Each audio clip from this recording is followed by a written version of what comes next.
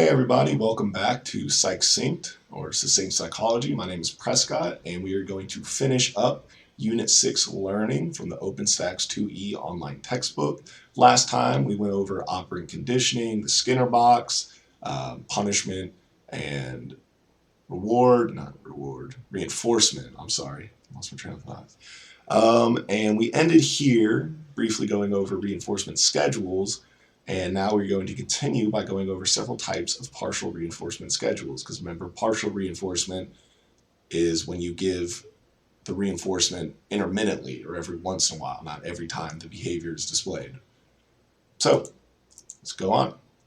So fixed versus variable. Now fixed is the number of responses between reinforcements where the amount of time between reinforcements is set and unchanging.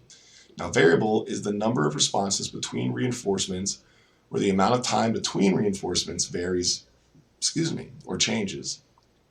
So then we have interval versus ratio. Interval is the schedules based on the time between reinforcements, while ratio is the schedules based on the number of responses between reinforcements. So interval is the time between and ratio is the number. So fixed interval is a reinforcement is delivered at predictable time intervals. So, for example, patients take pain relief medication at set times.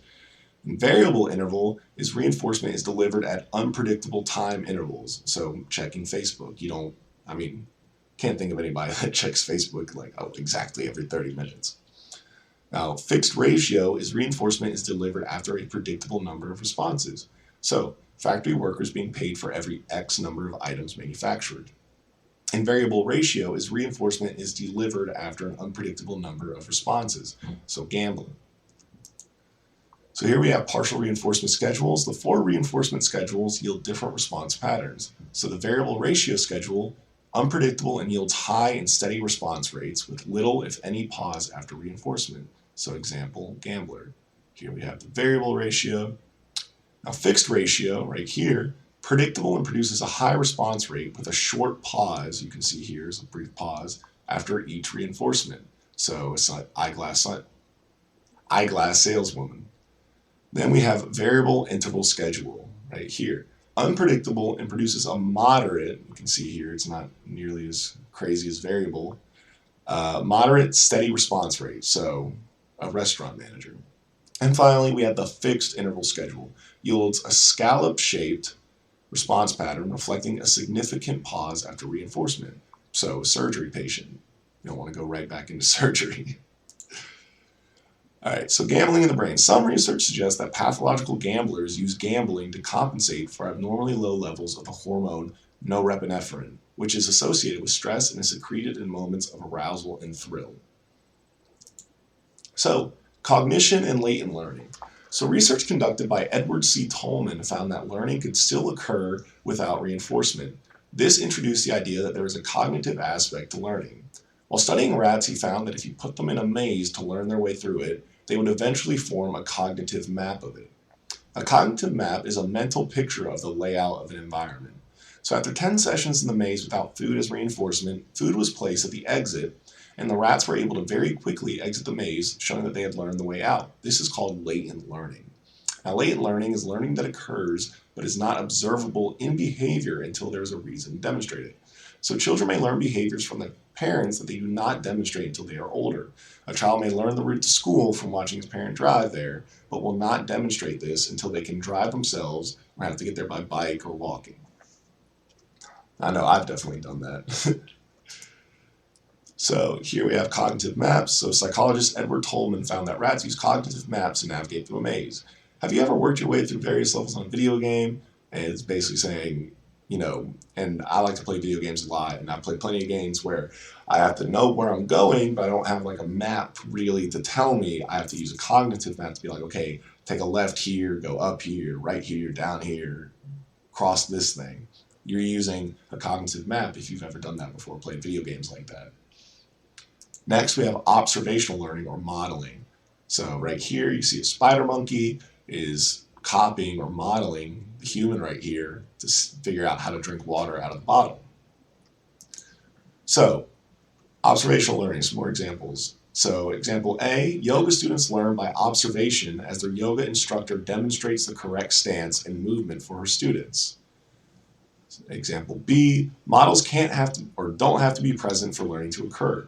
Through symbolic modeling, this child can learn a behavior by watching someone demonstrate it on television. So there you go, nice little insight to observational learning. Not too much to it, just you observe another person, whether it's in person or through a TV, and you model their behavior. Now, social learning theory, in order to explain how learning occurred without external reinforcement, Albert Bandura proposed social learning theory.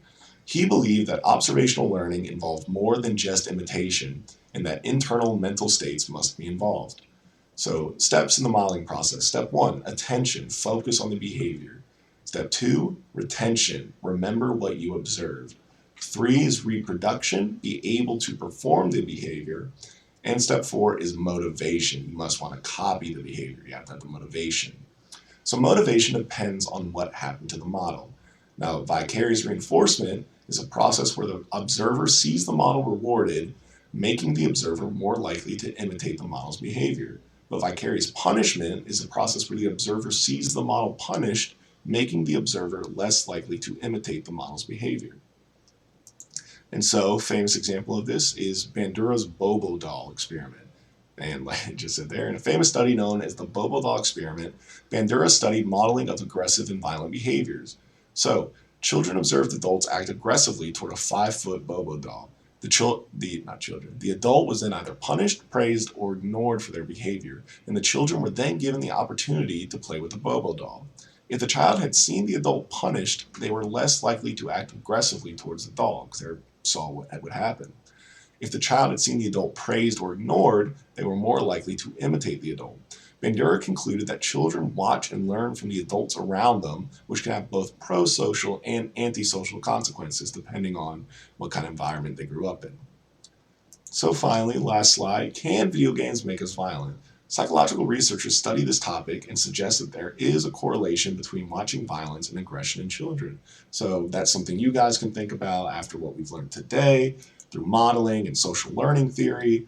Do you think that watching, like if you were these kids and you're shooting bad guys and whatnot, do you think that this has merit? Do you think that children watching violence in video games could lead them to be more violent? Leave that up to you guys to think about and discuss. But that was Unit 6, bit of a quick one there. But thank you guys for joining me. I hope you found it informative and at least not too boring. Again, my name is Prescott. I'm here at Psych Sync or Succinct Psychology. And that was Chapter 6 Learning from the OpenStax 2E online textbook. I hope you guys have a great time or a great day. And I will see you in the next unit. Thanks. Bye.